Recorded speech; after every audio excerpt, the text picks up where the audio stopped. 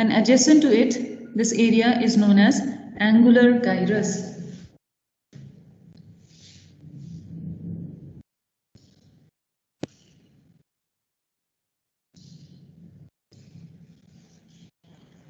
And the white matter which connects the Wernicke's area with the Broca's area, this white matter is known as arcuate fasciculus.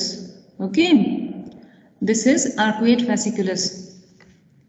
So the primary brain areas which are concerned with language are in categorical hemisphere. Categorical hemisphere means dominant hemisphere. Dominant or categorical hemisphere, there is Broca's area, that is area 44, and there is Wernicke's area, area 22. As you can see, Broca's area, area 44, this is Brodmann's area 44, Broca's area, and Wernicke's area is area 22. Okay, and the white matter which connects them is arcuate fasciculus. Connecting these two areas, they are involved in the production of speech.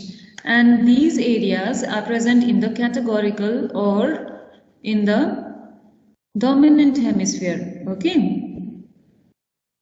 Let's see this picture again. This Wernicke's area is important for language, for comprehension of the words and intelligence. Broca's area is important for word formation. This you must remember. Okay. Wernicke's area is for comprehension of what is being told, comprehension, and Broca's area is for word formation. Okay. Let's see. There is location of some of the areas in the categorical hemisphere that are concerned with language functions. Wernicke's area, this area is in the posterior end of the superior temporal gyrus and is concerned with comprehension of auditory and visual information. This you must remember. It is concerned with comprehension of auditory and visual information. Okay, and it projects via arcuate fasciculus to the Broca's area in the frontal lobe. Broca's area is in the frontal lobe. Okay, this Broca's area processes the information which is received from the Wernicke's area into a detailed and coordinated pattern for vocalization. Okay, so Broca's area is important for word formation, for vocalization, and then it projects the pattern via a speech articulation area which is in the insula to the motor cortex, which initiates the appropriate movements of the lips, tongue, and larynx to produce the speech. Okay, could you follow? Let's see this picture. In this picture, you can see the path which is taken by the impulses when a subject identifies a visual object projected on a horizontal section of the brain. Okay, let's see the numbering. This is lateral geniculate nucleus of the thalamus. From here, it goes to the primary visual cortex, that is area 17. From area 17, the impulses go to the higher order visual cortical area, area 18. Then it goes to area 39, that is angular gyrus. Then from angular gyrus, it goes to the area Wernicke's area, area 22, where there is comprehension of the words. Understanding is there. Then from here, by the arcuate fasciculus, the white matter, the word goes to the Broca's area. Okay, Broca's area, there is word formation in that area. Then it goes to the motor area, facial area of area 4, where there is vocalization. So the same thing is written here. Information travels from the lateral geniculate nucleus in the thalamus to the primary visual cortex, to higher order visual critical areas, and to the angular gyrus. Information travels from Wernicke's area to Broca's area via the arcuate fasciculus. Broca's area processes the information into a detailed and coordinated pattern for vocalization and then projects the pattern via a speech articulation area in the insula to the motor cortex, which initiates the appropriate movements of the lips, tongue and larynx to produce speech. Okay, please remember this picture. This picture is quite important. Then what is the sequence of speech? The sequence of speech, for example, I'm speaking and you are hearing the lecture. So what is happening? The stimulus is being processed in your auditory cortex. Supposing you're hearing my speech, so that is ultimately going to auditory cortex, and you are seeing the PDF, isn't it? So what you are seeing is going to the visual cortex. So from this auditory cortex and visual cortex and subcortical structures, the impulses then go to Wernicke's area. Wernicke's area is the area where there is comprehension.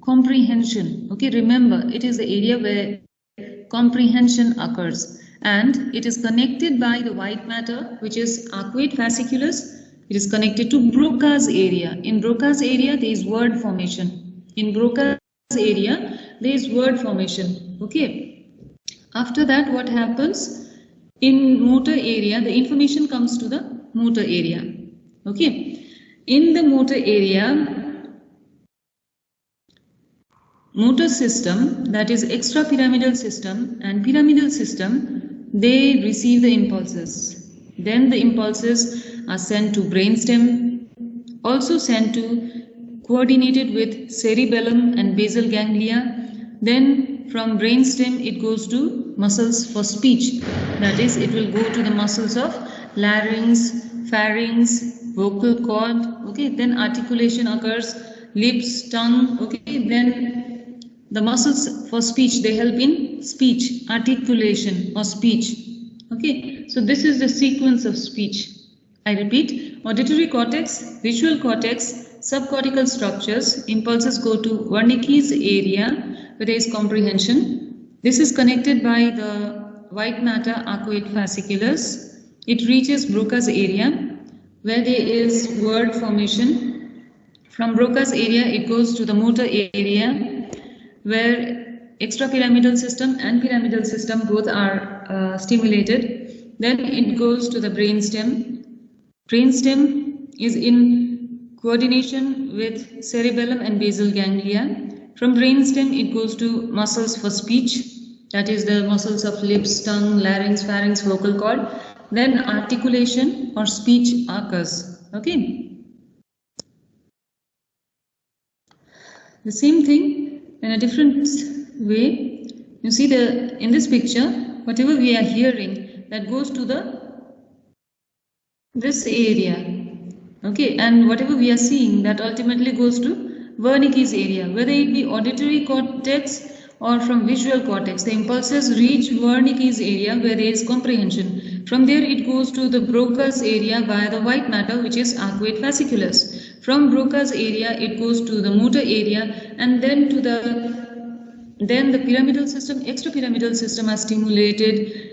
Consultation of the impulses between brainstem, cerebellum, basal ganglia occurs.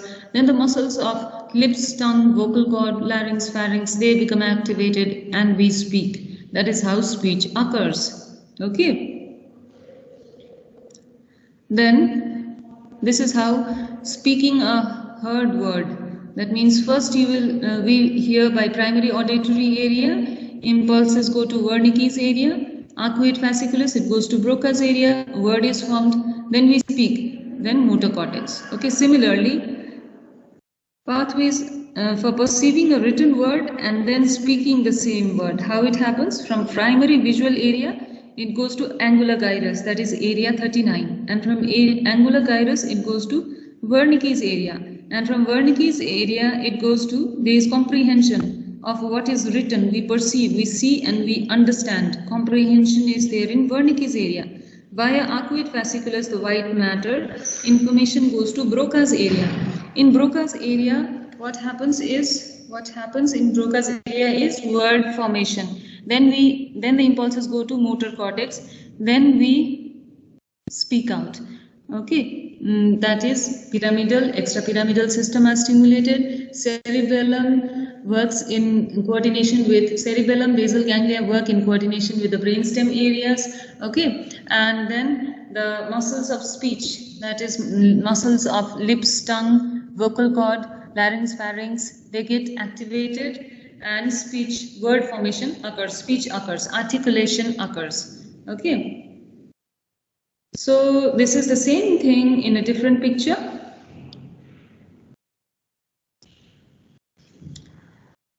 You must remember that categorical and representational hemispheres are, the main functions are sequential analytic process. This is the function of categorical hemisphere, sequential analytic process. And the function of representational hemisphere is visuospatial relation, respectively. Okay. Lesions in the categorical hemisphere produces language disorders. Okay. Whereas lesions in the representational hemisphere produce osteognosis. Okay. After that, we need to know what is the disorder of speech. That is called aphasia. What is aphasia? Aphasias are abnormalities of language functions that are not due to defects of vision or hearing or to motor paralysis. Okay. Aphasia are abnormalities of language functions. They are abnormalities of the language functions that are not due to defects of vision or hearing or to motor paralysis. They are caused by lesions in the dominant hemisphere or the categorical hemisphere. The most common cause of aphasia is embolism or thrombosis of a cerebral blood vessel. Okay. On the basis of the location of brain lesions, they are classified as fluent aphasia, which is also where Wernicke's area is mainly affected. Another is non-fluent aphasia, where Broca's area is affected.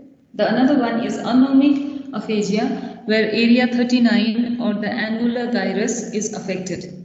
Okay, so we must remember that the most common cause is embolism or thrombosis of a cerebral blood vessel.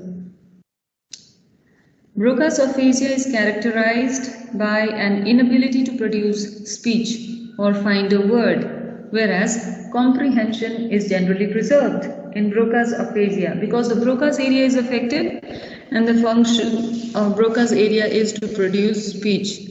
So when Broca's aphasia is there is inability to produce speech or to find a word, whereas comprehension is generally preserved.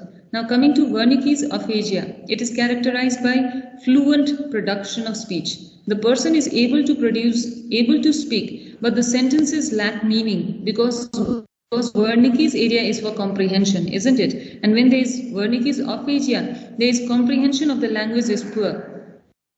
Okay, so there is fluent production of speech, but the sentences lack meaning and comprehension of language is poor.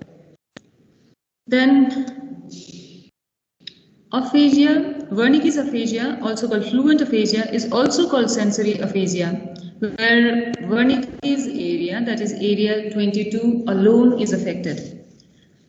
The Broca's aphasia, also known as motor aphasia or expressive aphasia or non-fluent aphasia, there is damage to the Broca's area, which is responsible for word formation, and the person cannot talk, cannot produce speech. Conduction aphasia, it is due to damage of the white matter arcuate fasciculus. So the comprehended idea of the speech cannot be transmitted. Comprehended idea of the speech in Wernicke's area cannot be transmitted to the Broca's area. Then what is global aphasia? Global aphasia is when both the Wernicke's area and the Broca's area,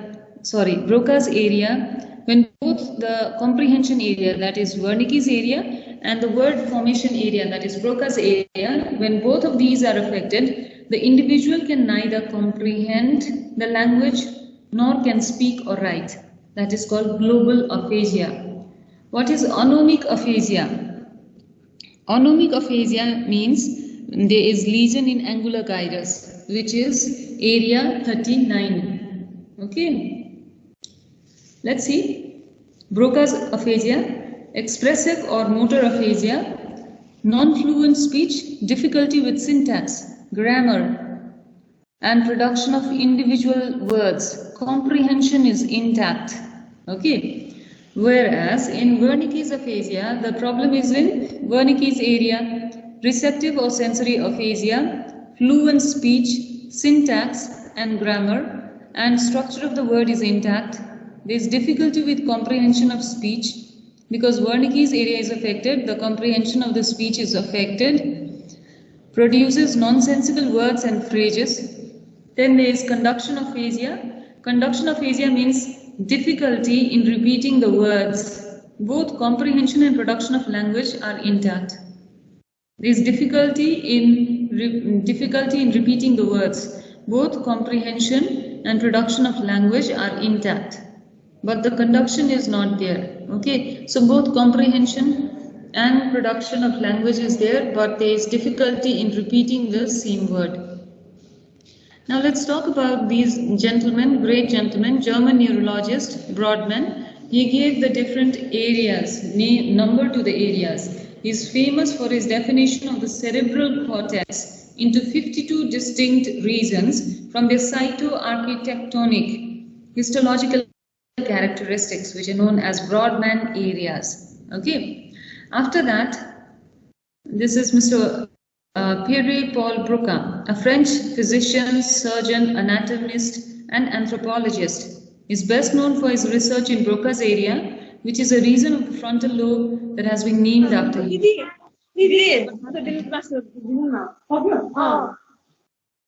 What has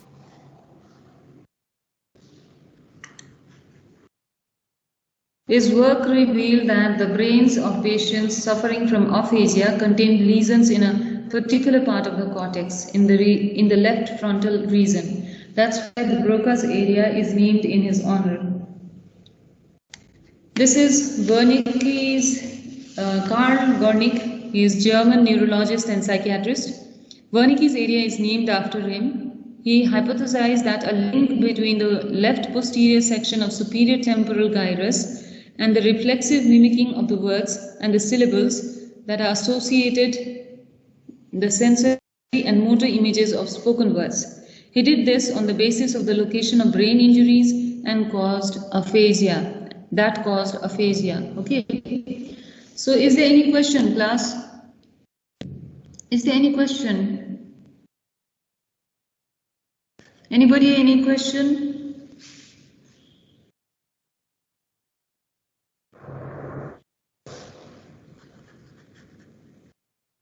Anybody, any question?